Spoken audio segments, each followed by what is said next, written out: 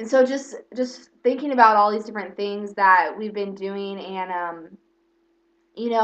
was just praying. Even yesterday, there was actually a big thunder. Sorry, sorry if I keep on looking that way. There's this huge spider on the floor right now, and it's kind of freaking me out, but it's all right. Um, yeah, they're all over the place. So, anyways, yesterday I was thinking about we had a big thunderstorm out here, and it was downpouring and raining, and I was thinking about this little boy that we hadn't met. That actually, when we were driving with Pastor Allen one day, he was about 10 years old, and he was begging on the side of the road for just some money or different things coming up to the cars. And we saw this little boy.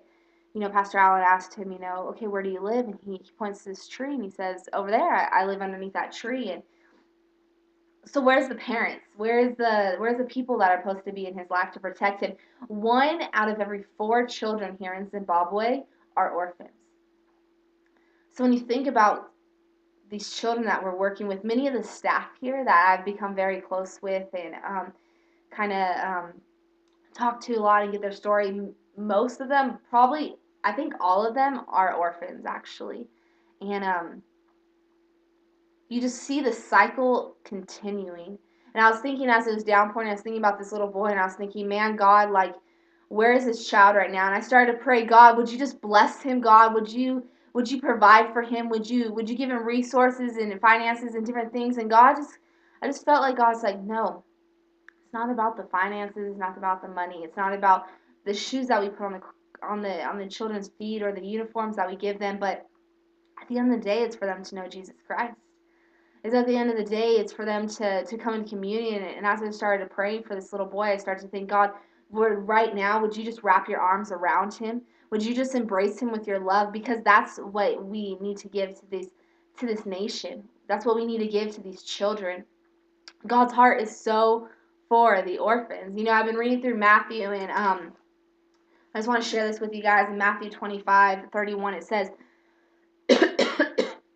when the Son of Man comes in his glory and all the angels with him, then he will sit on his glorious throne. Behold, before him will be gathered all the nations, and he will separate people one from another, as a shepherd separates the sheep from the goats. And he will place the sheep on his right, but the goats on the left. Then the king will say to those on his right, come, you who are blessed by my Father, inherit the kingdom prepared for you from the foundation of the world. For I was hungry, and you gave me food.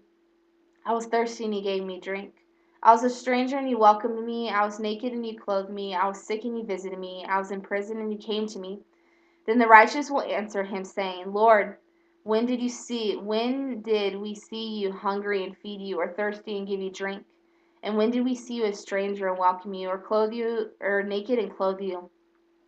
And when did we see you sick or in prison and visit you? And the king will answer them, truly I say to you, as you did it to one of the least of these, my brothers, you did it to me. And I feel like God's heart is for the orphans, because these are the least. These are the forgotten children. These are, at the end of the day, who's thinking about them? Who's thinking about these children that have absolutely no one? And I think that's where God is coming in. He's saying, church, will you rise up? Will you think about these children? And yes, we can clothe them, and yes, we can feed them, and yes, we can do all these different things. But at the end of the day, will you just love them? Because when you love them, you love me. And at the end of the day, they may still be begging for food. They may still be begging for money. And even being a white person here, they see you and they think automatically, okay, you owe me something. There's very hard times where I can go and have a conversation with someone without them saying, please, please, please give me something. They want something from us. And just a little funny story is like last week, or actually earlier this week, I was there's these little things. They're kind of like a mini bus kind of minivan, and they're actually the transportation around here. They're called combis, and combis are you pay like 50 cents and you get on them, and they take you to different places around town. And so we took one to go to the movies with some of the kids, and they and I've never rode one before, and so they sat me in the very front of the combi, and they're saying Marunga, Marunga. They're yelling different things. And when you kind of get on one of those, you kind of just don't really want to be seen. As especially as a person that looks like me, I don't really fit into the natural setting around here. I kind of stand out a little bit. I was there and I was sitting in the front of them and they were going, Marunga, Marunga, you're rich. And they were telling the driver, I guess my friend later translated for me, that they were telling the driver that, today he has a white person in his combi, so he's rich. And, I just couldn't stop laughing because I was like, okay, like help me control my laughter and how to put my hand over my face. But, when we look at these people, it's not the riches that we can give them, but it's the love of Christ that we can give them, because there's always going to be a need in Zimbabwe. There's always going to be a need in Africa. There's always going to be a need wherever we go, but it's the love of Christ that we can leave these children with, and that's what we're doing. That's what we're doing here. We're just loving on children, and so actually, Pastor Allen, he left for the States earlier this week, and he's actually going to be, I think he's going to be speaking at Encounter on Tuesday, October 28th. And so if you guys get an opportunity to go to that, that would be awesome for you guys to check him out. This man, so giving. He's raising finances right now for his children's home and different feeding programs and schools and everything that he's doing here. And so, if you guys want to support that, that would be awesome.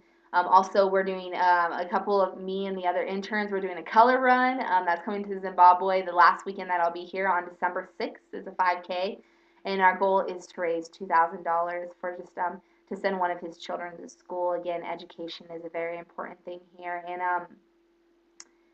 and yeah, man, God is just doing so much, even in myself as I've been here, and just it's kind of been refreshing in a way. It hasn't been go, go, go, go, go. It's been slow, slow, slow, slow, slow a little bit. But it's just loving on these children, and it's just seeing them shine and little victories. And I mean, working with children, I don't really do that. So it's definitely patience.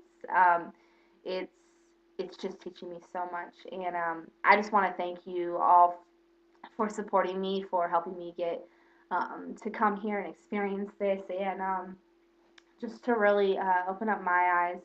And I know God's going to use it in tremendous ways. I don't know the